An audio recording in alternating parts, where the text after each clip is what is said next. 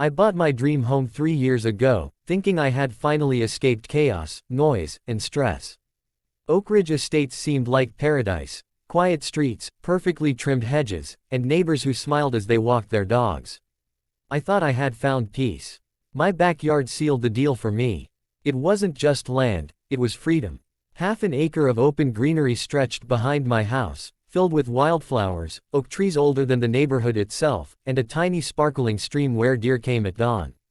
It was the sanctuary I never knew I needed, the one place where I could breathe. For the first year, life was calm. I paid my HOA dues on time, nodded politely to the neighbors, and even attended 1 or 2 meetings just to stay in good standing. That's when I met her. Vivian Ashworth, HOA president, self-proclaimed queen of Oak Ridge Estates. Vivian was the kind of person who believed rules existed only to give her power over everyone else. Always in tailored blazers, hair pulled back so tightly you wondered if she ever blinked, she ruled the HOA with an iron fist disguised as a perfect smile. She inspected lawns with a ruler, fined homeowners for leaving trash cans out 2 minutes too long, and dictated mailbox colors like a tyrant deciding the fate of kingdoms. At first, I stayed out of her way. I kept my lawn trimmed, parked my car exactly where it belonged, and smiled whenever she walked by. But I knew she didn't like me. Maybe it was the wildflowers I planted instead of her beloved HOA-approved shrubs. Maybe it was that I skipped the HOA summer barbecue. Or maybe she just hated that I didn't fear her. For a while, it didn't matter. Then one Friday afternoon, I came home to find 3 men in neon vests hammering wooden stakes into my backyard. I stopped dead in my tracks, heart pounding. "Hey!" I shouted, jogging toward them. "What the hell are you doing on my property?" One of them, a middle-aged guy with a clipboard, didn't even look up. "HOA sold this land," he said casually. "We're marking it for the new playground." I blinked, stunned. "Sold? You're joking, right? This is my backyard." Finally, the man looked at me, sighing like he'd dealt with this before. "Talk to your HOA president." So I did. I called Vivian, and the moment she picked up, I could hear the smirk in her voice. "Oh, that," she said breezily. "The HOA voted to sell the unused greenbelt behind your house. We're putting in a lovely playground. It'll be wonderful for the community." Unused greenbelt. I repeated slowly, gripping my phone until my knuckles went white. "That's my land, Vivian." Her tone sharpened. "Actually, according to our records, it's communal property." I hung up without another word. That night, I pulled out my deed. I read it once, twice, highlighted, stamped, signed, and recorded with the county. Half an acre, mine. Paid for, taxed, untouchable. I thought showing them the deed would fix everything. I couldn't have been more wrong. The following week, I showed up at the HOA meeting armed with proof. I had my deed in a clear binder, highlighted in yellow, with tax records and county maps to back it up. The room buzzed with quiet conversations until I stood up, holding the papers high enough for everyone to see. "This is my land," I said firmly. The HOA had no right to sell it. Some neighbors exchanged awkward glances.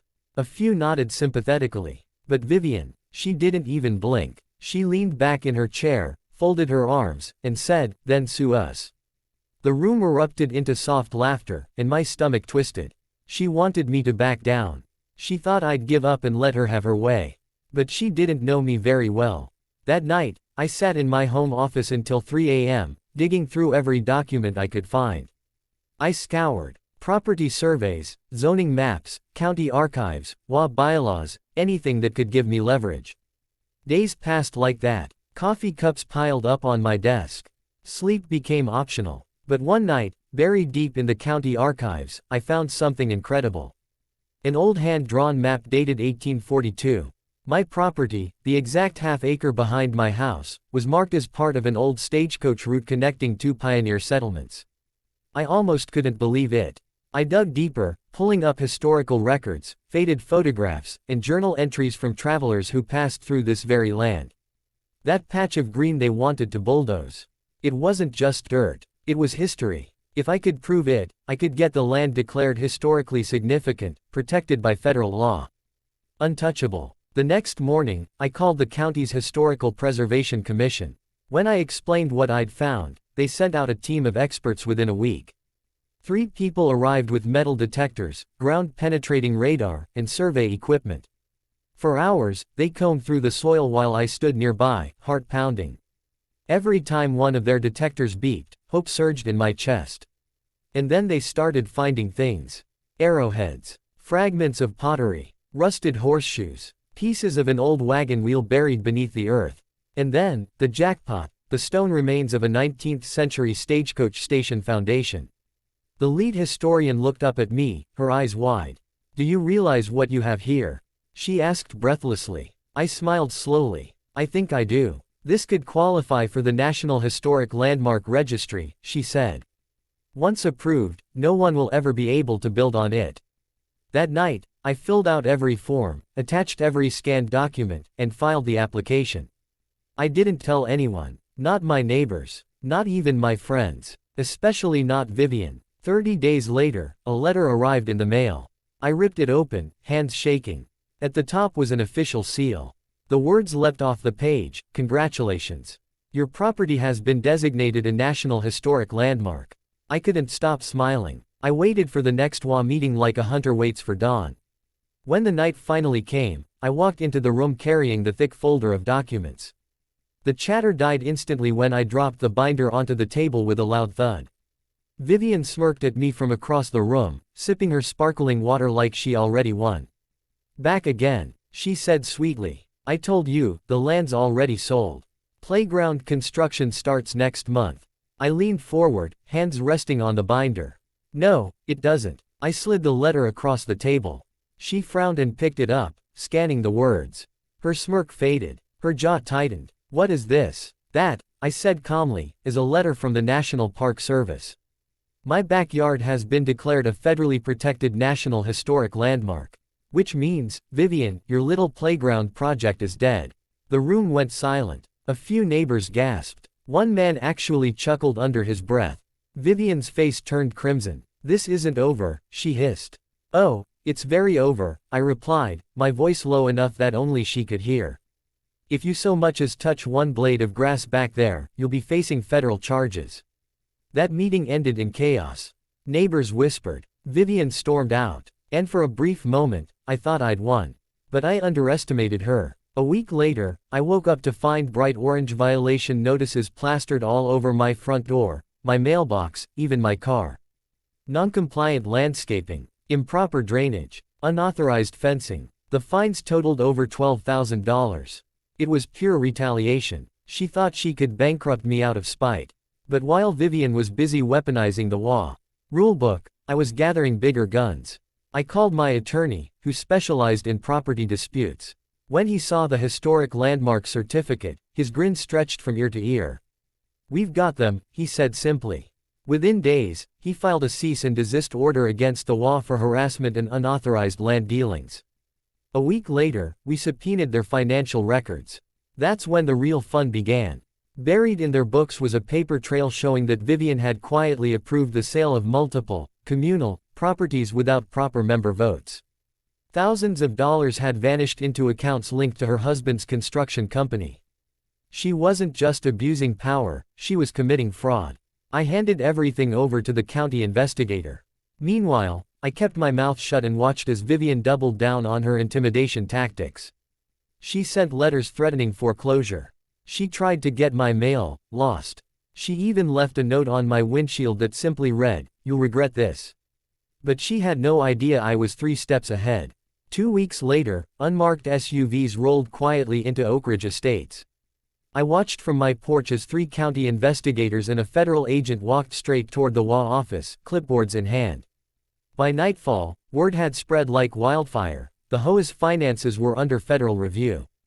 Vivian tried to keep her composure, holding an emergency meeting to calm the community, but when she walked in, her perfect smile looked strained. "Everything is fine," she announced confidently. "Just a routine audit." But then one of the investigators stepped into the room mid-meeting, handed her a sealed envelope, and said, "You've been served." The entire room went silent. Vivian's hands trembled as she opened the letter, her lips parting as she read the accusations aloud: fraud, misappropriation of funds, illegal property transfers. Gasps filled the room. A neighbor whispered loudly, "She sold off more land, didn't she?" The investigator turned to the crowd. If any of you own lots bordering communal areas, we recommend pulling your deeds. There may be other unauthorized sales. Chaos erupted instantly. Homeowners shouted questions, demanded refunds, and accused Vivian of lying to them. She tried to regain control, slamming her gavel on the table, but no one was listening anymore. Her empire was crumbling right before her eyes. Over the next few days, subpoenas arrived for every member of the HOA board. Investigators combed through years of meeting minutes and financial records. I later learned they found shell companies tied to Vivian's husband and even kickbacks from contractors promised future HOA projects. The HOA's bank account was frozen pending investigation. Fines stopped. Construction halted. And for the first time since moving in, I slept peacefully at night. But Vivian wasn't done fighting. One evening, I came home to find her standing at the edge of my driveway, her arms crossed, eyes sharp as blades. "You think you've won," she said quietly. "But you've made enemies here." I stared at her for a long moment before replying, "No, Vivian. You made enemies the moment you decided my backyard belonged to you." I thought she might hit me, but instead, she spun on her heel and stormed off. That was the last time I saw her in her tailored blazer, barking orders and handing out fines. 3 weeks later, she resigned as HOA president, though, resigned, is generous. The county suspended the entire HOA board pending trial, and a court-appointed trustee temporarily took over operations. At the next community meeting, the trustee announced something that made me grin from ear to ear: the half-acre behind this home has been declared federally protected land. No HOA jurisdiction. Ever. Neighbors clapped. Someone actually cheered. Vivian didn't show her face. Rumor had it she and her husband were negotiating plea deals to avoid jail time. But for me, the battle wasn't just about winning back my backyard anymore. I had something bigger in mind, something that would make sure no HOA, no contractor, no greedy board president would ever dare touch this land again. After Vivian's resignation, Oakridge Estates felt like a different place. No more threatening letters taped to doors. No more ridiculous fines for trash cans or mailbox paint colors. People started breathing easier, talking to each other again without fear of HOA spies lurking around corners. But I wasn't finished yet. I knew that as long as the HOA existed, there'd always be someone willing to exploit it for power. So I started making calls. With my newly acquired historic landmark status, I had leverage, real leverage. I reached out to the county council, the state historical society, and even a few journalists who specialized in property disputes. Within weeks, an article went viral: "Homeowner fights HOA, wins national landmark status." The media loved it. The story exploded online. Suddenly, Oakridge Estates wasn't known for manicured lawns and quiet streets. It was known as the HOA that tried to bulldoze protected history. Donations started pouring in from preservation groups, enough to fund the creation of a permanent walking trail and educational site on the property. I partnered with the State Park Service to build informational plaques and small viewing decks so visitors could learn about the land's history without disturbing it. By spring, a ribbon-cutting ceremony was held on my property. County officials attended, historians gave speeches, and kids from a local school planted native wildflowers along the trail. As the mayor shook my hand, cameras flashing around us, I spotted several neighbors wiping tears from their eyes. My once private backyard had become something bigger, something untouchable. And the HOA, it was finished. Investigators concluded their review and recommended dissolving the board entirely. A court-approved vote among homeowners passed almost unanimously. Oakridge Estates became one of the few neighborhoods in the county to abolish its HOA altogether. The relief in the community was palpable. People repainted their homes in colors they actually liked. Gardens flourished without approved plant lists. Mailboxes became as creative as their owners. Freedom, it turned out, looked beautiful. As for Vivian, she and her husband were found guilty of fraud and sentenced to 3 years probation, along with a hefty restitution order to repay every penny they siphoned from HOA funds. I heard through the grapevine they sold their house and moved out of state. No one threw them a goodbye party. One evening, months later, I sat on the deck overlooking my now protected land. The sunset spilled gold across the wildflowers, and the gentle sound of the stream carried through the warm air.